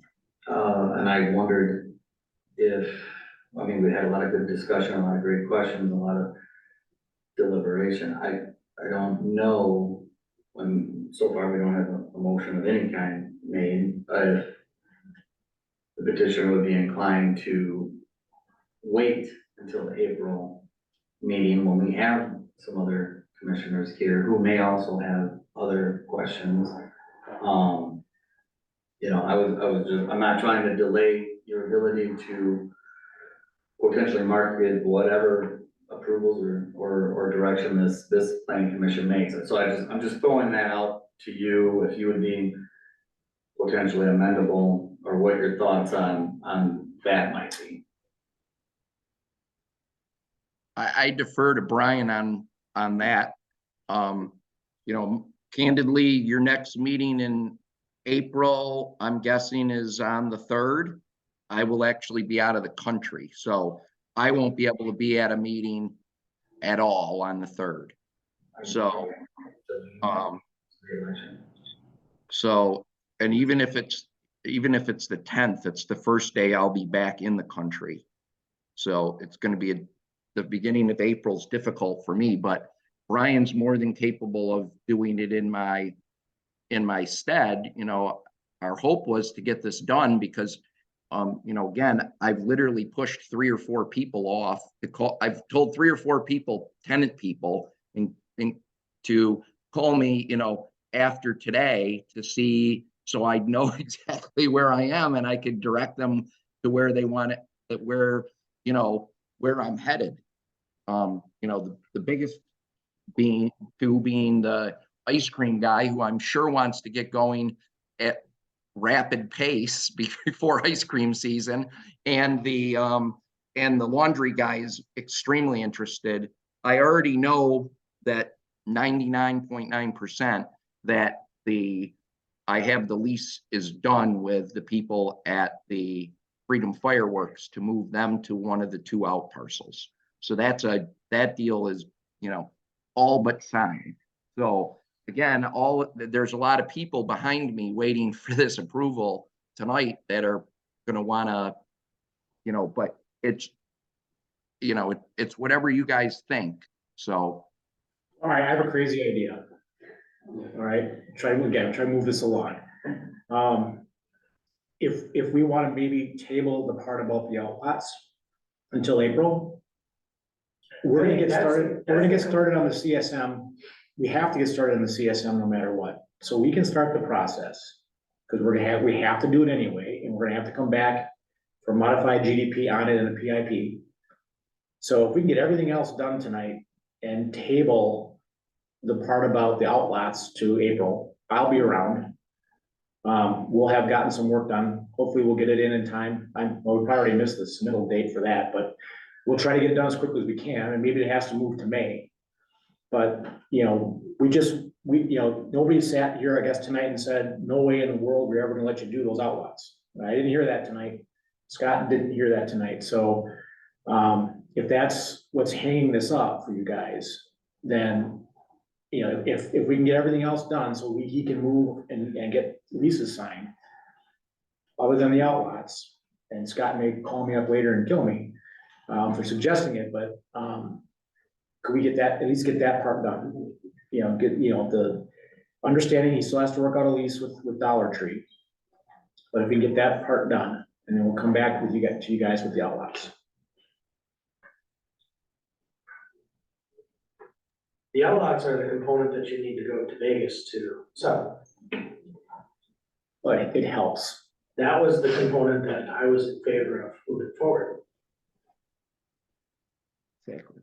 Yeah, I mean, I know where you guys are headed with this. The issue is not giving me 2 outlots because I'm gonna put retail in them and you want retail, and I understand that. The issue is you guys are struggling with is the storage, which is the part I'm trying to get this thing done. And, you know, I understand it's not a tit for tat here, but at the end of the day, by adding these 2 outlots, you know, it's a net trade from a square footage standpoint effectively. I mean, I don't know how, you know, if we're horse trading here a minute, I'm gonna put, you know, 2 outlots up that are gonna take up pretty much basically what I'm giving up, what I'm converting into storage. I mean, yeah, storage is gonna be a little bit more, but it's not like double or triple. And, you know, and again, the people in town, it's not even moving season and I have a waiting list, and I have a tenant that keeps going to me, I need more storage units.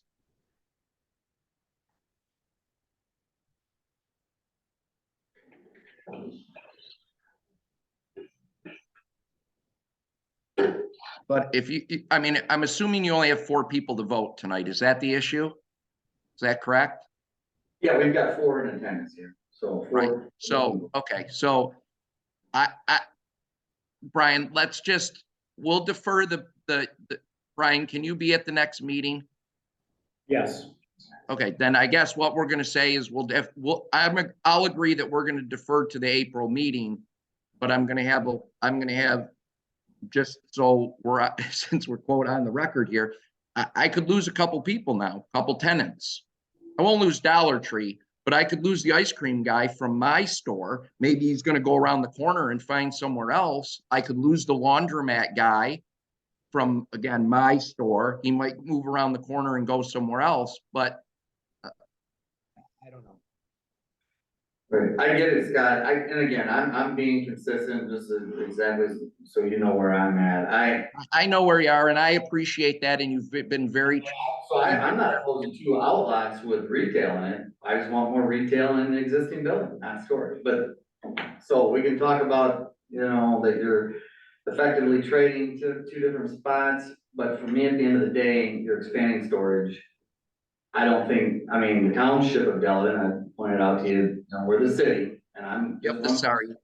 No, you're fine, no, it's easy to do. The town seems, of Delavan seems to be real inclined to you know, allow a lot of storage.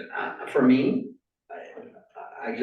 I want different opportunities. I think, you know, and I've said this too, why not a downscale, slumberland, old current, or the old slumberland into some sort of a Buffalo Wild Wings. I mean, I hear more about retail and service than I do storage. We've got a lot of storage units in our industrial park. I wish we had that space for that. We could sure use that right now. I just, for me, I can, it's 2 different issues. I can get behind potentially. I wish we had some more specifics and what that looks like for those 2 outlots. But for me, it's marketing. And I respect that. You've been very transparent with me and I appreciate that. And, you know, I'll just comment back like your Buffalo Wild Wings comment. If they want to come, knowing that business, you know, they want an end cap 99% of the time, or they want an outlot because they want right on the front storefront visibility. It's very difficult to infill the middle of a space. And all I'm asking for is 10,000 of the 25,000 square feet of that space right now to be able to put storage in. Because again, if the Dollar Tree people, I can't get them over the edge to the end here to move them down. That's all I'm getting out of this deal is I'm getting 10,000 square feet unless the Dollar Tree people move. And if they don't move, then that's it. I don't have any other option, and I understand that. Yeah, and I would just add, I mean, I think if there's a way to add some language that requires that the faces of that Slumberland space must be retail, even if the Buffalo Wild Wings would take an inline space, it's not 25,000 square feet. So what we're asking is that the leftover remnant behind it's going to just sit empty. You know, and if there's a way to make that more definitive in a recommendation, you know, I'm all for it. But this is just filling in space behind what would go there. Because again, the Dollar Tree is only going to take up 11 of the 25,000 square feet. And we want to put the ice cream shop to fill in the rest of that storefront. And it's what's behind it that's just going to sit empty. Because who's want to go somewhere they don't have a front? Right, and just to be clear for the record, I just threw out Buffalo Wild Wings, that's, I mean. Right, but I don't want to start any rumors in the Yeah, town, we've seen that before, but my point being is that I'll be at their table at ICSC giving them the package for you, sir. My biggest point is that I think, was just that I hear, and again, we've got other elected officials, we've got other people on the commission, they may hear other things, but I don't hear about more storage, I hear about more options for retail and restaurants and that sort of thing. So I want to be Can clear. I just give you one other interesting fact, and then I promise I'll be quiet and you guys do whatever you want. But do you guys realize that, and I could get the exact number, but over all my properties, over 40%, between 40 and 45% of every one of my storage units is not rented to an individual. They're rented to businesses. They're rented to a guy that's running an Amazon store out of his apartment and needs the flexibility to bring in items to sell. And so he rents, 1 month he's got 3 different SKUs, so he's renting 3 storage units. The next month he's got 5 SKUs, so he rents 5 storage units. The contractor that needs a spot to store his extra goods. Pharmaceutical reps that are no longer allowed under the law to take their medicines that they take out to doctors' houses to home. So they rent storage units. This in one city, in the city of Saginaw, Michigan, the city themselves has rented 8 units from me, and they use it for all their emergency stuff and for things for like when they have a parade. So all the things that line the streets, the things that they only use a couple times a year, they rent storage units from me. So this storage business, and the key is too, my storage units are climate controlled, so they protect people's items. So those items are protected, and those people have a need for these things. So you have businesses in town that are renting from me that are I'm helping support their business. So this isn't just, grandma, storing her old antiques in a unit for the next 20 years. So I just wanted to make that clear to you that, these units get rented by a lot of businesses. Thank you, Scott. So I just want to be clear. I'm not against storage in general. I think storage has its place, and it's important for a city, for local areas to have adequate storage. I went and I toured the facility, so I'm very well aware of how the facility was set up. I understand that a bulk of the people that are using the facility are not in fact from Delavan, they're from outside communities. So that is money that is coming in to your business, but those people are not necessarily staying here, they're just storing things here. I also understand a great deal about HVAC. I know that shared space is being utilized for everything. All of the tenants are using the same AC. You have no choice but to offer that space for storage at climate control, which turned out to be a benefit, which I'm very happy that it is a benefit for you. I also know that a lot of the other storage facilities are not in fact climate controlled because there's a cost savings in not having them climate controlled. So when I look at this, I'm seeing square footage that should be utilized in other more efficient ways. This is your business model. These are the components that were put in place in the past. And this is something that we have here in Delavan, and I'm perfectly happy supporting that. And I don't disagree with you in any of those points. I'm perfectly happy supporting that. And I want to be very clear. Had you decided to move forward and continue your expansion, which was previously approved, to build on the back, which you did not do, which would have allowed you additional storage space in the 3 years' time. I know that in the construction industry, everything was a lot easier to build. Because I'm a carpenter, I'm very familiar with building carpenter space. I know exactly what it takes to build this facility. I know that this was very hard on the other retail vendors that are using those spaces, and that's their business again. How they conduct business with you, that is not something that I'm looking at. But they survived. Slumberland moved. I don't know why they moved. That's not my business. But they did. They chose to move to a different location. It's roughly the same size. It might be slightly better in terms of location coming off the freeway. That's their decision. The only component in here that I'm not in favor of is the expansion of the Cube Smart at all. I'm even still in favor of allowing you to continue to build on the original plan with your expansion plan, because that was already agreed upon by the past council, by the past planning commission. Those are components that we agreed to. I see no problem moving forward with any of that. But what you're asking for is for us to give you carte blanche to just add more storage, without a guarantee that you're going to commit to anything else for the city.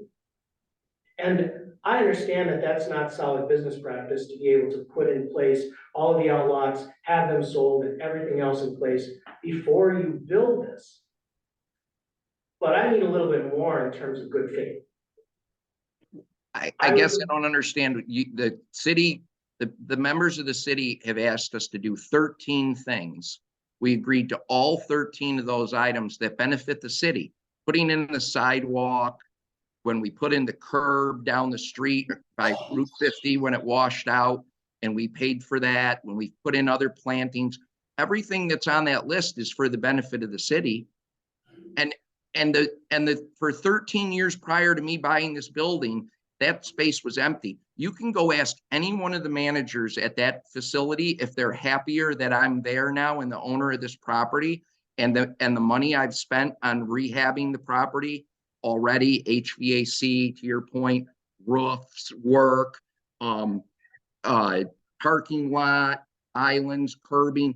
Everyone will tell you that they love it that I'm there.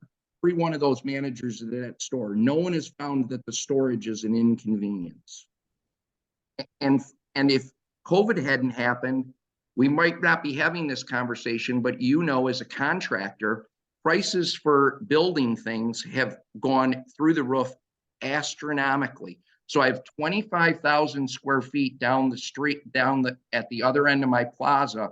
And what you're telling me it's okay to do is build 20,000 square feet at almost double the cost of what it would have cost me 3 years ago, when I have 25,000 square feet down at the end that's empty. And the history of the last 25,000 square foot piece of box was empty, which was where I have my storage right now. That spot was 30,000. It's sat empty for 13 years. How can that be good business? How can that be good business for any businessman to go and spend double what they plan to build an addition when they have 25,000 square feet that's available? And I'm only asking you to give me 10 of it. I'm not asking you to give me 25,000 of it to build storage in. I'm asking for 10,000 square feet of that space. I don't know. Why would that be good business for anybody to do? Well, I'll just say, and then we're gonna try to, between Brian and I, we're gonna try to land this plane. Is, with all due respect, Scott, again, I was part of the council. You asked for flexibility to get what you got. You got that, barely. You're asking for some additional flexibility to expand beyond that. At what point, and I asked you this in the developers meeting, I didn't ask you this tonight. My concern is, at some point in the future, when the leases either get too high for your tenants, that this whole space is storage unit space with no jobs, no retail, and then what?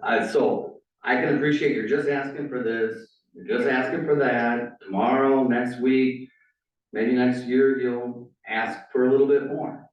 And for me, I was part of a council and part of a decision-making process that said, yes, we'll give you that. And I will give you credit for filling in an empty space and making it aesthetically look a lot nicer than it did. I give you all the credit in the world. I just have my thought, and what people are asking me are for more options. And so we just got a difference of what that view looks like. And I mean, I think it would be helpful too, regardless of what happens here tonight or in the next month or two between the council, but I think it would be helpful if staff maybe asked our city assessor what, because we've got, we've been down this road, assessments and commercial spaces, and it's been validated that we've been very fair in our assessments.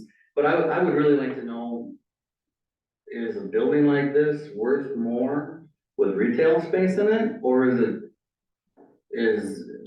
it worth less with a bunch of storage units in it? Is there no change at all? I mean, I would like that some sort of additional information. I mean, maybe it doesn't change anything at all, but for me, I would think a building is worth more, and again, we've been fair, so will always be fair, but I just would like to see, and I think for your personal gain, your property is worth more with tenants in it that are providing jobs and providing retail space and services and goods and everything else, not the occasional people. And if you wanna divulge what businesses are currently here in the city of Delavan that you're providing storage space for now, if you're able to do that, I mean, I think that'd be great to know, like, what are those businesses? I mean, I hadn't taken that into effect, so, or account, so I appreciate you sharing that element. I think that is important, so,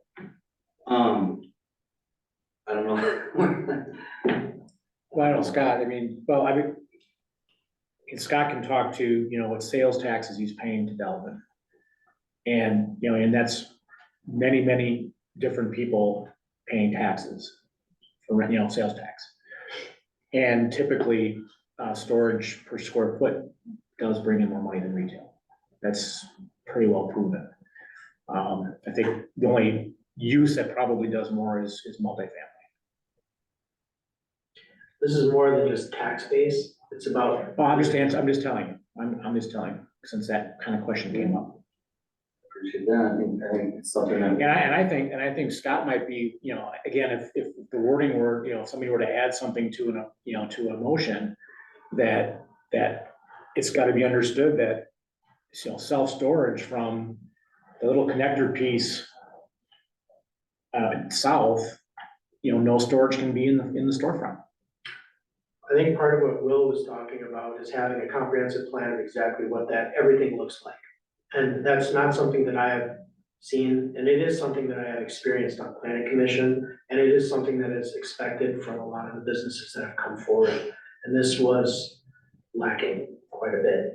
The flexibility for the outlaws, or for the outlots, I'm in favor of that, because I see the ability for a new customer to be able to develop that the way they need it developed. Instead of tearing something down and rebuilding it, that's an extra cost that neither one of you has to absorb, and you shouldn't have to absorb that sort of cost, especially if we can make that easier for you. Well, I mean, again, I'm not sure, you know, ask the question of staff, but if we want to put together more of a comprehensive narrative and make that part of the GDP submittal for April, that states some of those, you know, some of those expectations, and if you have a few you want to share now, again, I'm just looking at the fact that we're gonna have this dead space behind any retail we put into this old slumberland space. And that's what we're trying to infill. So if putting into that, again, everything that would be outside those outlots, you know, it has to be retail at the storefront. You know, we can add that to a comprehensive, you know, as part of our language with the submittal. And, you know, table now, and then we'll just come back and add that in there if it pleases the plan commission. And you could add that as a condition of approval now, if you wish. I didn't get that, Jay.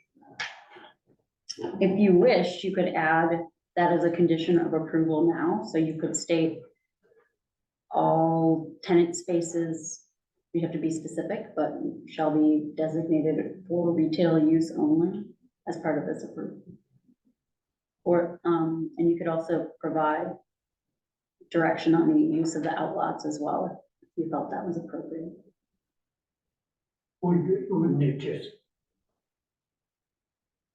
be as useful to postpone any decision at all at this point until that information is provided?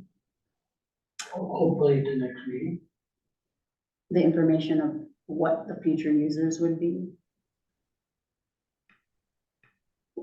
To me, it wasn't clear that. I think we just, have that I think information we'll, by I then. don't want to speak, Yeah. but I think just overall, a little more information and. Sure, I'm not looking for names and addresses, just Right. what are we proposing, and what Matt is saying is correct, well, you're saying as well is we are generally concerned about putting additional storage back there. we would much rather see other uses. We don't see anything here that is terribly specific about what's going to happen. I agree with Matt that outlots are not an issue. I think I think they're a reasonable land use there. He said, would that be a hardship to come back to us in April? With, No, I mean, and I'm It's a not, hardship. I'm not telling you, this is what you need to propose. I'm just suggesting that And here's how I'm gonna answer your question, sir. Am I gonna lose the ice cream guy as a tenant? I might. Another month before I can even negotiate a lease. And then he's got to get his plans approved by the city, which takes 30 or 45 days. Then he's got to build out his space. He'll lose a season. I understand that's a difficult situation. I also understand your telephone could ring tomorrow with a new proposal from somebody else. We don't know that. We have no Right, way. it does, but this is, instead of, I'm 2/3 or 3/4 of the way there of putting money in my pocket that goes right back into the property to improve it and continue to make it a great spot. And So, we all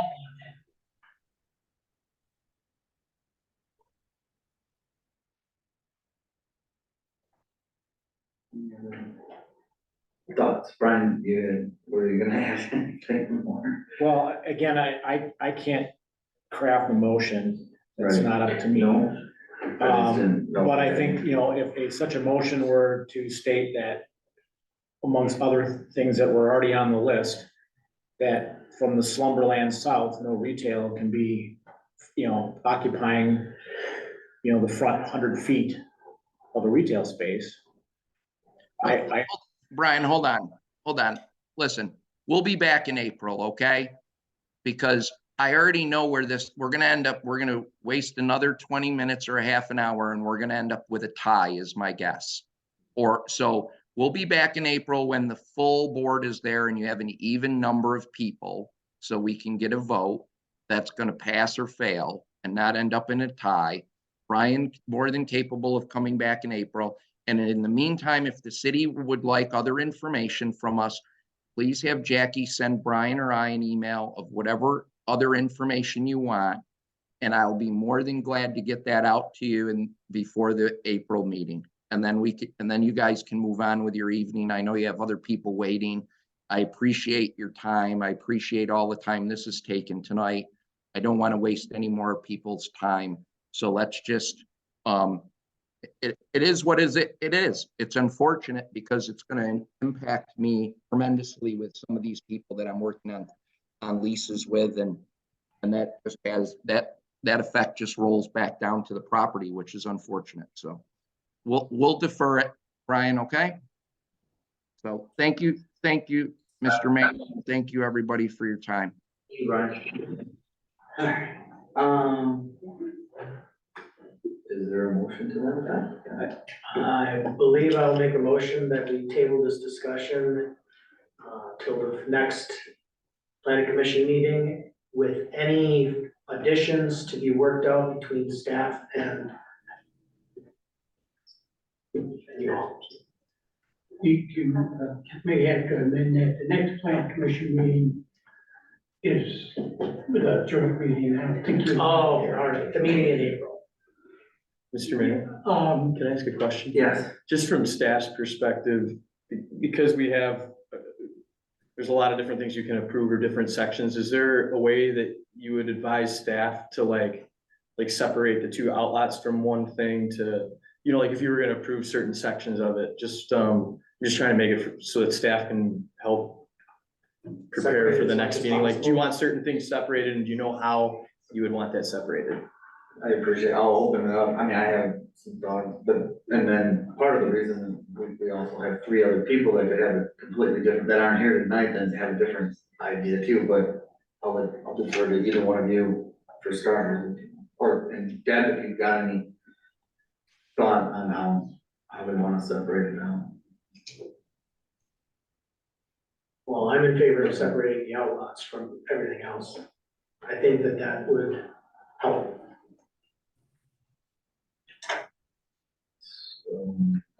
And they could be handled individually all at once. That helps. I think that would help. Is there Will, did you have any other? No, no. Deb, did you have any thoughts on No. what you'd like to maybe see next one? Matt would need to restate his motion. All right. When is the meeting? You good? It's fine, April 3rd. April 3rd. Okay, all right. I'll make a motion to table this discussion until April 3rd. Second, Go ahead, Deb. Oh, well. no, I'll second that. Thank you, Deb. There's been a motion and a second. Any further discussion? Is there any language that you want to put in there with regard to the elements? That can be worked out between staff and clerk. All right, with that, we have a motion and a second. All in favor of the motion signify by stating aye. Aye. Opposed, same sign. Motion passes. Again, thank you both for a good discussion, and it has been. All right, with that, moving on to item number 9, business 9.1 is consider a single lot CSM for a farm separation land division at 6075 Highway 11, owner Betty Crosby. believe the petitioners have been sitting patiently waiting. This is a single lot, land division, farm separation.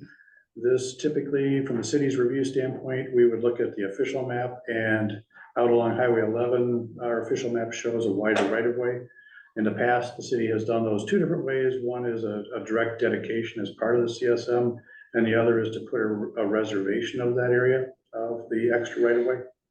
So I guess it's up to what the petitioners are looking at and what the plan commission would like to recommend.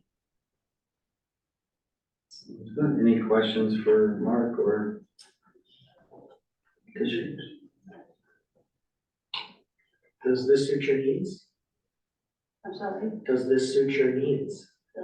What, re-explain the right of way thing with the police. The city's master plan shows that the Highway 11 will be wider in the future, the right of way. So what typically would do is ask for an additional dedication along the highway, so if the road needs to get widened, the room's already there to widen the road. The other way to do it is, we've done it on Creek Road, is the city has reserved that area, so in the future, it's not an actual dedication of right of way, it's a reservation, so that if the DOT comes along later and wants to buy it, it's already there. And it's basically set aside. It affects the setbacks of future buildings, is what it would do. It affects the setbacks, but we won't lose any of the farming part of it.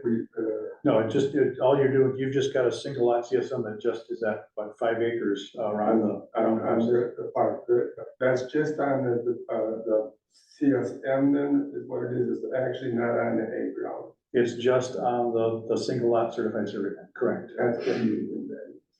Doesn't affect us. It won't affect you. Thank you.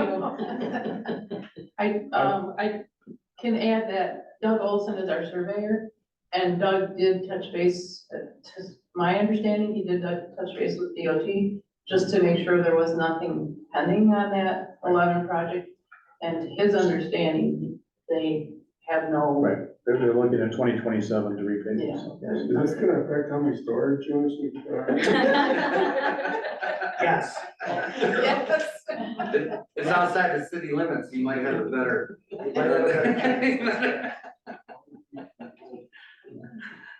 Any other question, comments?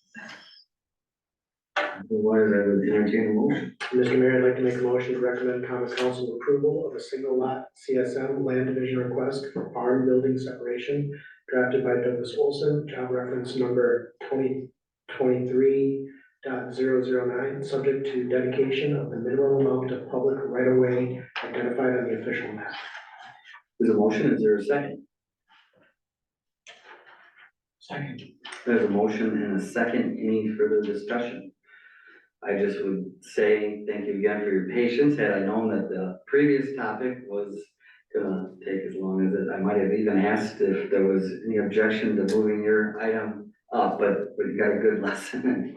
Mr. Terpster, you know a lot about this already. Yeah, So. but, we try to keep that in mind for, the next meeting if we show up, maybe. Well, thank you again for your patience. And with that, there's been a motion and a second. All those in favor of the motion signify by stating aye. Aye. Aye. Opposed, same sign, motion passes. Item number 10 is update on building and zoning related matters. Just give you the highlights. Yeah. So Thank you very Yep. much. So we have, I'm sure you guys have seen the foundation going in over on Farrell Avenue with Geronimo Builders. That project's moving along. And then, we have the Noodles and Company. The building's now torn down and they've, installed the footings in the foundation. And then the other, news that I've gotten from the subdivision over in Harbor Club is, I'm not sure what they did this last weekend, but in the 2 weekends before that, they pre-sold over 13 homes in that subdivision. So things over there seem to be moving faster than they were thinking that it was gonna. So we'll be issuing quite a few permits in that subdivision. So, and then our other homes, I believe that on Arbor Ridge, John and Jim have had quite a bit of interest over there. And they have some pre-sold homes and they're gonna be coming in issuing some more permits. And pretty much all the homes over on Tamarack Street that are going up are spoken for. So we'll, my department's gonna have a pretty busy, good year this year. So. Fantastic. Any, timeline with regard to the intersection at Avenue 50? Yep, so that's supposed to be starting beginning of this summer, we're hoping, and hopefully finished by September. That's our tentative schedule from the DOT, and hopefully they stay on schedule, but we'll see what happens. But right now, the way that the developer's agreement's written, that we're allowed to issue them over at Harbor Club, because that entrance will be affected getting into that subdivision. So right now, even though we're issuing some permits, no occupancies will be issued until that intersection gets taken care of.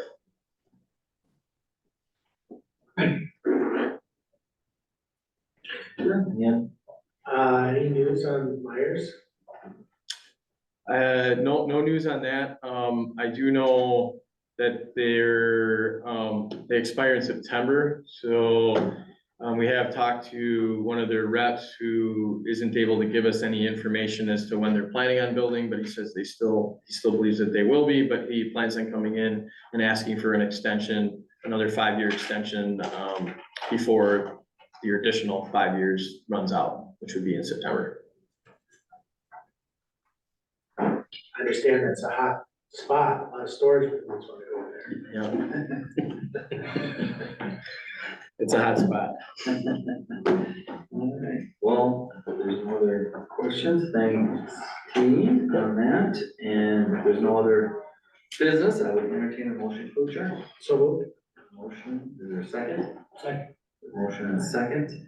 All in favor of adjournment, signify by stating aye. Aye. Aye. Thank you, Don. Thanks, everyone. Night. Good night. I did.